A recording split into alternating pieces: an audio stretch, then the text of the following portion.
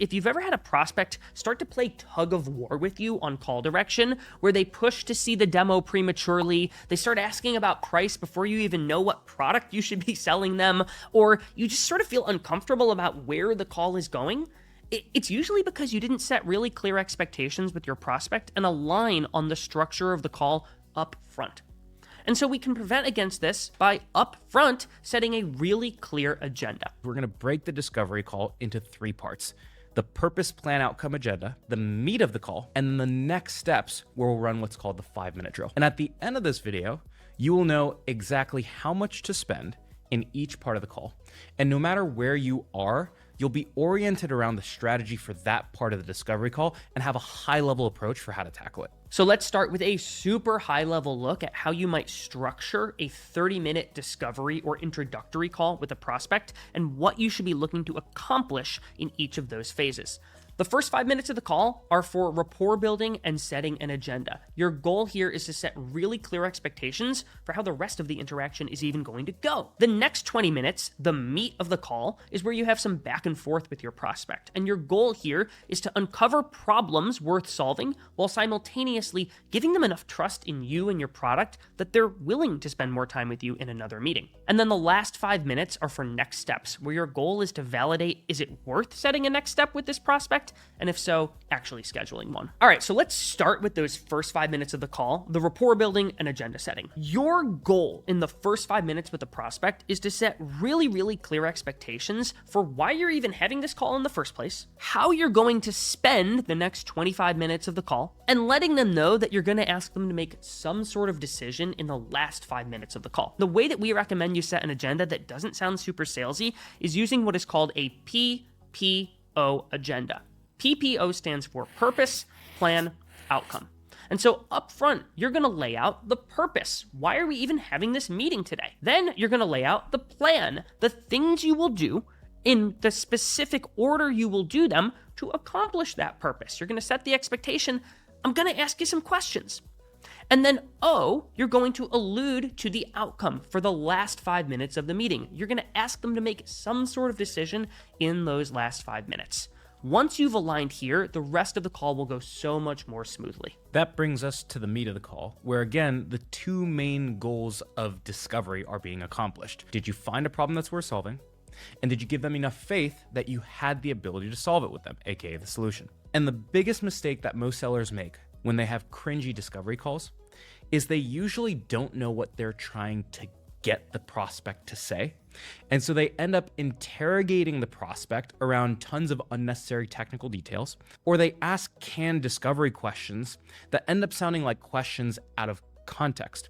And so when I sold compensation software at Pave, before we started practicing what discovery questions we would ask, we first needed to create a tree or a map of all of the problems that our prospects had and how smaller problems turn into bigger problems. And so once you knew that planning compensation in spreadsheets led to time spent in spreadsheets, led to compensation mistakes because you spent so much time in spreadsheets, led to retention issues because you had compensation mistakes, once you had that problem tree mapped out, then it was just a matter of asking the next discovery question to unveil the next deeper problem without skipping too many steps. And so that's exactly how we're going to break down discovery, is we're going to start by breaking down the discovery trees and mapping out the problems that you solve. And then we're going to teach you questions that get the prospect from level 1 to 2, 2 to 3, 3 to 4.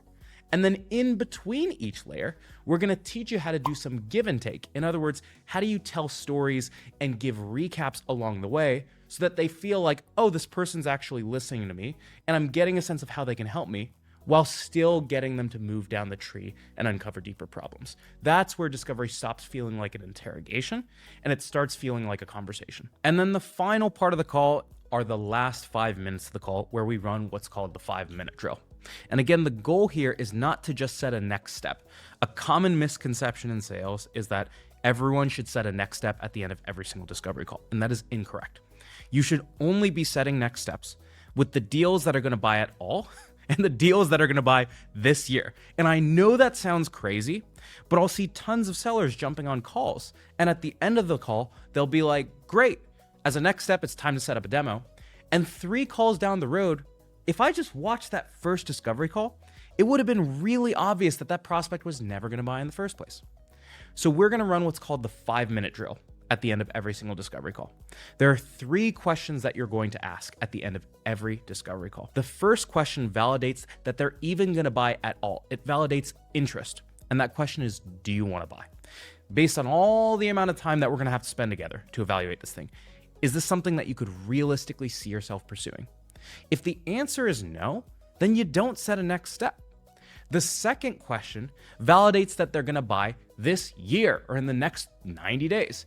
And that question is, when are you going to buy?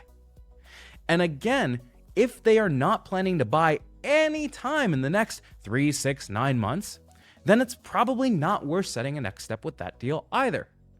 And then the third and final question you ask is, if they agree that there's a problem we're solving, if they agree that they're going to solve it this year, then you can ask, awesome, how do you buy?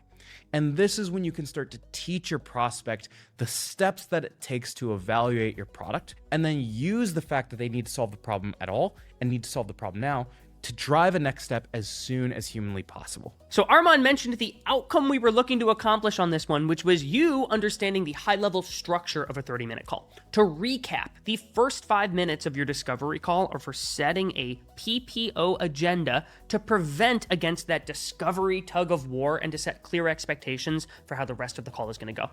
The next 20 minutes are for the meat of the call, where you use those discovery trees, which we are going to go extremely deep on in this course, to uncover massive problems while also giving them enough trust to believe that you can solve those massive problems. And then the last 5 minutes, you use that 5-minute drill to validate, is it even worth setting a next step with this prospect? And if so, to actually set said next step.